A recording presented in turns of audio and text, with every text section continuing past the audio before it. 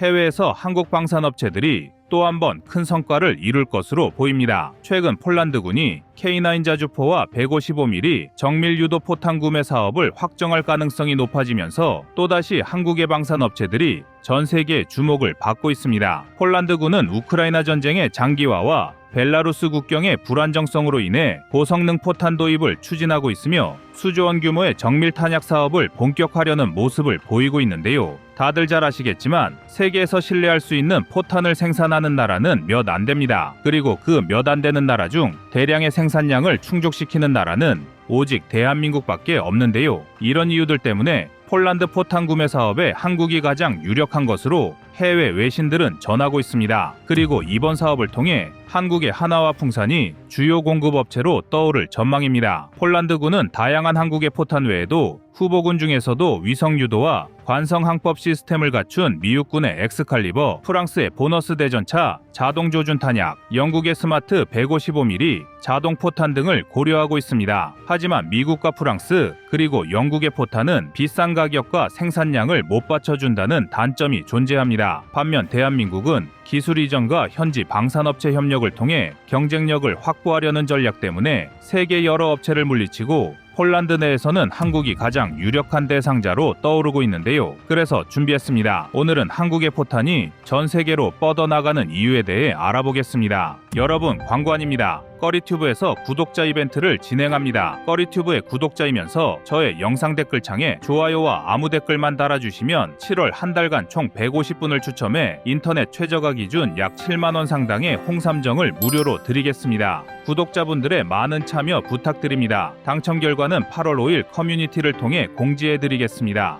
이번에 폴란드가 진행 중인 155mm 자주포 포탄 도입 사업은 주로 한국의 K9 자주포와 연계된 프로젝트라고 해도 과언이 아닙니다. 폴란드는 한국 방산업체 한화 디펜스와 24억 달러, 한화 3조 3천억 원 규모의 계약을 체결하여 K9 자주포와 함께 155mm 포탄을 도입하기로 했습니다. 이 계약은 2022년부터 2026년까지 단계적으로 진행되며 추가적인 실행 계약이 2024년 말까지 체결될 예정입니다. 그런데 이번에는 고폭탄이 아닌 정밀 유도 포탄 사업까지 진행하는 것입니다. 폴란드는 자국의 방위력을 강화하기 위해 K9 자주포뿐만 아니라 자체적으로 개발한 크랩 자주포도 적극적으로 생산하고 있는 상황인데요. 크랩 자주포는 한국의 K9 셰시와 영국의 AS-90M 브레이브 하트포탑을 결합한 형태로 나토 표준화 탄약을 사용하여 최대 42km 이상의 사거리를 자랑합니다. 이와 별개로 폴란드 정부는 크랩 자주포의 생산을 위해 1억 9,600만 달러를 투자하여 국내 생산 능력을 대폭 강화하고 있을 정도로 러시아 맞서기에 적극적인 모습을 보이고 있습니다. 폴란드가 이처럼 대규모로 155mm 자주포 포탄을 도입하는 이유는 우크라이나 전쟁과 벨라루스 국경의 불안정성 등으로 인해 국방력을 강화하려는 의지가 강하기 때문인데요. 이로 인해 폴란드는 기존의 방산협력 파트너 외에도 한국과 같은 새로운 협력국을 통해 방위산업을 다각화하고 있습니다. 이러한 방산협력은 폴란드가 자국의 방산기술을 발전시키고 나토 및 유럽 방위산업과의 협력을 강화하여 자국의 안보를 굳건히 하는 게 가장 큰 목적입니다. 그래서 폴란드는 자국 방산산업의 경쟁력을 높이고 한국과의 긴밀한 협력을 통해 주변국들에게 자신들의 국방력으로 전쟁 억지력을 보이려는 모양새입니다.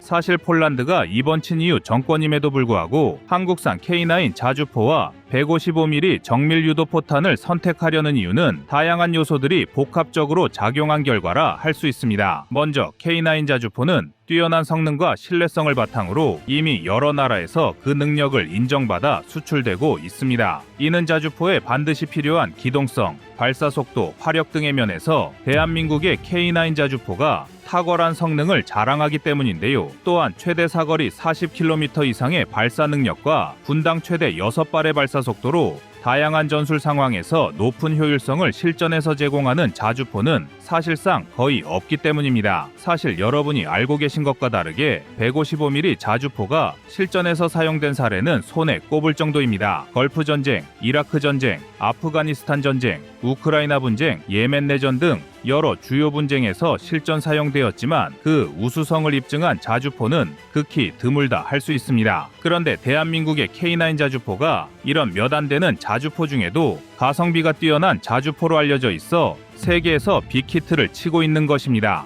그리고 지금 폴란드가 진행하는 포탄 사업도 마찬가지입니다. 대한민국의 포탄은 폴란드의 군사력 증강에 필요한 요건을 충분히 충족시키고 있는데요. 현재 한국산 155mm 정밀 유도 포탄은 위성 유도와 관성 항법 시스템을 탑재하여 높은 정확성을 자랑합니다. 한국의 155mm 정밀 유도 포탄은 첨단 기술을 통해 높은 정확성과 파괴력을 제공하는 무기 시스템이라 할 수 있는데요. 대표적인 예로 KS-10-2와 HER 포탄이 있으며 이들은 주로 K9 자주포에 사용되는 무기 체계입니다. KS-10-2는 155mm 직경과 1.2m 길이 약 50kg의 무게를 가지고 있으며 GPS 및 관성항법 시스템을 이용해 최대 40km 이상의 사거리에서 탑어택 형식으로 전차 상부 장갑을 공격합니다. 또한 HER 포탄은 155mm 직경과 0.85m 길이 약 45kg의 무게를 가지고 있으며 고폭탄두를 장착해 최대 50km 이상의 사거리에서 목표물을 타격합니다. 이 포탄들은 높은 정확성을 자랑하며 다양한 기상 조건과 주야간을 불문하고 작전 수행이 가능하여 현대전장에서의 모든 요구사항을 충족시키는 포탄이라 할 수 있습니다. 이러한 기술적 특징으로 인해 한국의 포탄들은 폴란드를 비롯한 여러 나라에서 높은 관심을 받고 있는 것입니다. 사실 현대전장에서 정밀 타격 능력은 매우 중요한 요소라 해도 과언이 아닙니다. 실례로 우크라이나가 서방권 국가들의 자주포를 도입해 전장의 흐름을 바꿨던 것을 비춰보면 오히려 강력한 자주포는 게임 체인저 역할을 톡톡히 하고 있는데요. 그래서 폴란드가 국경 지역의 불안정성에 대응하는데 가장 큰 무기 체계로 155mm급의 자주포로 설정한 것입니다. 특히 우크라이나 전쟁과 벨라루스 국경의 불안정성으로 인해 폴란드가 고성능 포탄 도입을 통해 자국의 안보를 강화하려는 의지가 강한 상황에서 가장 현명한 선택은 한국이 될 수 있습니다. 그리고 폴란드가 한국산 무기를 선택한 또 다른 결정적 이유는 경제적 효율성입니다. 사실 폴란드가 한국의 방산 무기를 도입한 주요 요인에는 이런 경제적 측면이 강하다고 할 수 있는데요. 한국산 K9 자주포와 155mm 정밀 유도 포탄은 성능 대비 상대적으로 저렴한 가격으로 경제적 효율성을 갖추고 있습니다. 이는 예산 제약이 있는 폴란드 입장에서 군방 예산을 더 효율적으로 사용할 수 있게 하여 폴란드가 자신들이 원하는 포탄을 대규모로 도입하기에 충분한 선택지라 할 수 있습니다. 그리고 이외에도 다른 나라들과의 차별성도 존재합니다. 이미 한국은 폴란드가 요구하는 현지 생산 인프라 구축과 핵심 기술 이전에 합의한 바 있습니다. 이는 폴란드가 자국 내에서 K9 자주포와 정밀 유도 포탄을 생산할 수 있게 하여 폴란드의 방산 자립도를 높이는 데 기여하기 때문에 폴란드에서 한국의 방산 무기를 도입하는 것은 단순한 무기 구매를 넘어 폴란드 방산 산업의 기술력을 향상시키는데 중요한 역할을 할 것으로 이미 폴란드 내부에서도 인지하고 있는 상황인데요. 하지만 최근 국내 여론은 폴란드에 수출되는 한국산 방산 무기에 대한 부정적인 시각이 높습니다. 그도 그럴 게 우리 돈으로 폴란드 군비 확충만 시켜주는 것이 아니냐는 반응과 한국 방산 무기에 대한 기술 유출이 지배적인 상황입니다. 하지만 이런 부분을 더 깊게 알아보면 꼭 우리에게 부정적인 영향만 있는 게 아닙니다. 먼저 폴란드와의 협력은 한국 방산업체들이 유럽 시장에 진출하는 중요한 계기가 됩니다. 이는 다른 유럽 국가들과의 방산 협력 가능성을 열어주며 한국의 방산 기술력이 세계적으로 인정받는데 큰 역할을 하는 교두보 역할입니다. 폴란드와의 성공적인 수출 사례는 다른 유럽 국가들에게도 긍정적인 신호를 줄 수 있습니다. 예를 들어 하나와 풍사는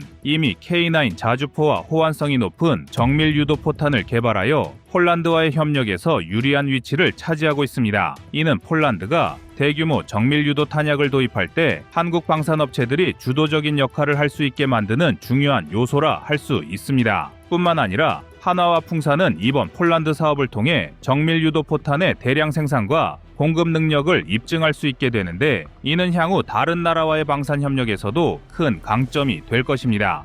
그러니까 한국은 폴란드를 계기로 전 세계에 신뢰할 수 있는 방산 파트너로서의 이미지를 공고히 하고, 이로 인해 한국은 유럽 방산 시장에서의 입지를 넓히게 되는 게 가장 큰 장점이 됩니다. 그리고 무엇보다 폴란드가 한국산 K9 자주포와 155mm 정밀 유도 포탄을 도입하게 되면 그 효과는 단순히 군사력 증강에 그치지 않을 것입니다. 이는 폴란드가 자국의 방위력을 높이는 동시에 유럽 전체의 안보를 강화하는 데에도 기여하게 되는데요. 이는 단순히 매출 증가에 그치는 것이 아니라 한국의 방산 기술력이 세계적으로 인정받는 계기가 될 수 있습니다. 특히 K9 자주포는 이미 여러 나라에서 그 성능을 인정받아 수출되고 있으며, 이번 폴란드와의 협력은 그 위상을 더욱 공고히 하는 촉매제 역할을 함으로써 유럽의 많은 나라들에게 다시 한번 대한민국의 방산 무기에 대한 우수성을 널리 알릴 수 있습니다.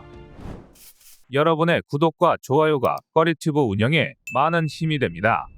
다음은 24년 7월 5일 폴란드 에이브람스 영상입니다. 영국의 군사 전문 채널 제인스닷컴은 폴란드가 미국에 주문한 M1A1 에이브럼스 주력 전차 마지막 물량 47대와 에밀리 로이 A1B2 험비 차량 26대가 6월 26일에 폴란드에 도착했다고 전했습니다. 이는 지난 2022년 1월 4일 폴란드 정부는 군의 요구사항에 맞게 개량된 M1A1 전차 116대를 미국 측에 요청한 뒤 이루어진 사안으로, 이번 조달엔 에이브람스뿐만 아니라 M88A2 12대, M1074 공동공격교량 8대, M577 지휘차량 6대, 험비 부착용, 각종 어셈블리와 탄약, 훈련 및 물류 패키지가 포함되어 있었습니다. 미국 국무부는 같은 해 12월 폴란드의 요청을 수용, 이를 최종 승인했습니다. 이로써 두 국가는 별도의 협정에 따라 M1A1 무기체계뿐만 아니라 에이브럼스 아카데미의 교육 프로그램과 훈련용 전차 28대까지 폴란드 18기계화 사단으로 이전하게 된 것입니다. 그리고 2024년 6월 폴란드 슈체친 항구에 도착한 에이브람스는 폴란드군에 인도된 사실이 확인되었는데요. 여기까지는 중국 측 보도와 어느 정도 일치하고 있습니다. 그렇다면 우리는 해당 계약 내용을 다시 한번 되짚어볼 필요가 있습니다. 일단 폴란드와 미국이 맺은 에이브람스 무기 계약은 일반적인 무기 교역과는 그 형태와 규모에 있어 큰 차이점이 있는데요. 가령 폴란드군이 현대로템과 맺은 약 34억 달러 상당 규모의 K2 계약과는 근본부터 다르다 할 수 있습니다. 우크라이나 전쟁이 발발되자 폴란드는 T-72 M형과 T-72 전차를 기반으로 폴란드가 제작한 PT-91 등 자국의 전차 전력을 우선적으로 우크라이나에 제공했습니다. 그리고 미국은 이에 대한 보상으로 치장 중인 에이브람스 전차를 폴란드에 무상 제공하기로 협의를 마쳤습니다. 이 협약에 따라 미국은 폴란드에 총 116대의 에이브람스를 보내주기로 한 것인데요. 해당 차들은 미군이 예비물자로 치장 중인 전차로 중고전차라 봐도 무방한 상태였습니다. 더구나 폴란드로 갈 예정인 M1A1 에이브람스는 모두 기본 사양으로 추가 부착품이나 운송비만 폴란드가 부담하는 것으로 알려져 있습니다. 2022년 계약 당시 폴란드 부총리 겸 국방부 장관 마리우시 브와슈차크는 트위터를 통해 폴란드군과 미 국무부는 에이브럼스 탱크 116대 판매에 합의했다라며 이제 곧 가격 협상을 시작할 것으로 발표했는데요. 이때 폴란드 부총리가 말한 가격 협상이란 에이브람스 자체의 가격이 아닌 운송비 등 부대 비용을 뜻하는 것이었습니다. 중국 언론의 오보 증거는 또 있습니다. 해당 계약을 주도한 미 국방부 안보국방협력청은 초과할 수 없는 최대 가격치를 산정해 가격 협상에 임했으며, 폴란드에 제공한 에이브람스의 용도를 폴란드가 우크라이나에 제공한 전차를 대체한다고 명시했습니다. 따라서 이번에 폴란드가 미국으로부터 받은 에이브럼스가 폴란드 지상전력의 한 축이 될 것은 분명하지만 너무나 좋은 조건에 제값을 치르지 않은 무기 계약이었으며, 폴란드군의 주력 전차는 여전히 K2임이 분명하다는 사실만 확인시켜 주었습니다. 그런데 중국계 외신의 악의적 오보는 이번이 처음은 아닙니다. 지난 2022년 현대로템이 폴란드와 K2 1000대분 규모의 계약을 체결했을 때 역시 K2 계약의 의미를 애써 축소 평가한 것도 모자라 중국 언론은 폴란드 대 반대 여론이 만만치 않았기에 폴란드가 한국산을 선택한 것을 두고 의외라는 반응을 보였는데요. 결국 이 역시도 시간이 흘러 폴란드가 아주 현실적인 선택을 했다는 것이 증명됐습니다. K2가 비교적 최근에 개발된 전차이기에 첨단 기능과 편의성, 성능적 우위에서 앞설 수 있겠지만 독일과 미국 전차의 내구도와 신뢰성은 따라갈 수 없을 것이란 편견을 이겨내고 실전과 같은 모의 훈련을 거치면서 K2가 최고의 전차라는 사실을 증명해냈습니다. 세간에 알려진 K2의 가장 큰 장점은 도입 비용이지만 유럽과 중동에서 진행된 많은 훈련과 테스트에서 K2가 보여준 놀라운 성능은 지금까지 회자되고 있습니다. 전체 지형의 70%가 산악인, 한반도의 거친 지형과 기후에서 탄생한 K2는 산악 지형뿐 아니라 하천과 갯벌, 논과 같은 험지 구조 장애물이 많은 시가전에서도 활용할 수 있게 만들어졌습니다.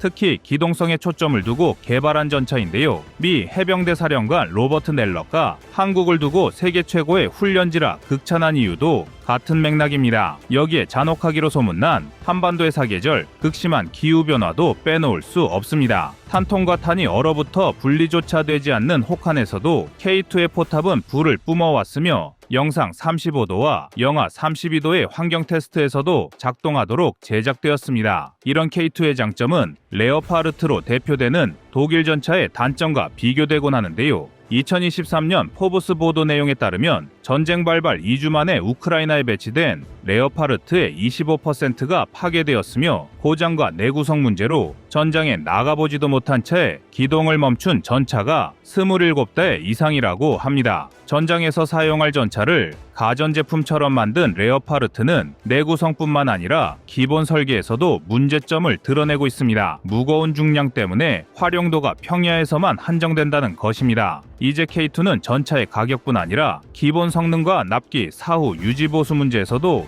독일 전차에 버금갔거나 그 이상이라는 사실이 증명된 것인데요. 현재 K2의 수출 대수는 예정 물량을 포함 무려 1000여 대로 국내에 배치될 수량의 3배가 넘을 뿐더러 튀르키예는 K2의 파생 모델 알타이를 주력 전차로 활용 중입니다. 그만큼 뛰어난 성능에 매료된 세계 각국의 관심이 뜨겁다는 방증인데요. K2 열풍의 시발점이라 할 수 있는 폴란드와 마찬가지로 구소련의 T-72 탱크를 우크라이나에 공여한 뒤 전력 공백이 생긴 체코와 슬로바키아, 루마니아, 불가리아 등의 국가들이 K2 도입을 타진 중입니다. M1A2 SEPV3 전차 250대와 M1A1 116대까지 에이브람스 계열 전차만 총 366대를 운용하게 된 폴란드가 대규모 K2 기갑 부대를 꾸리는 이유 역시 K2야말로 실전에 강한 최고의 전차이기 때문입니다. 전술의 뜻, K2 흑표는 전체 지형의 70%가 산악지형인 한반도에서의 운용을 목적으로 개발되었으며 여기에 변화하는 전쟁의 양상과 다양한 전술에 적응토록 포각 조절은 물론 차체의 자세를 제어하는 능력까지 갖추고 있는데요. 대한민국 방위산업의 진정한 주역은 K2 전차가 될 것이다라는 외신의 극찬은 괜히 나온 말이 아니었습니다. 그렇다면 한국 전차를 가장 강력한 경쟁자로 둔 독일이야 그렇다 치고 왜 유독 중국은 한국 방산의 발전을 일거수일투족 주시하며 평가절하하는 것일까요? 지난 9일 중국 언론 소우는 유럽에 진출한 한국 전차에 관한 기사를 다루면서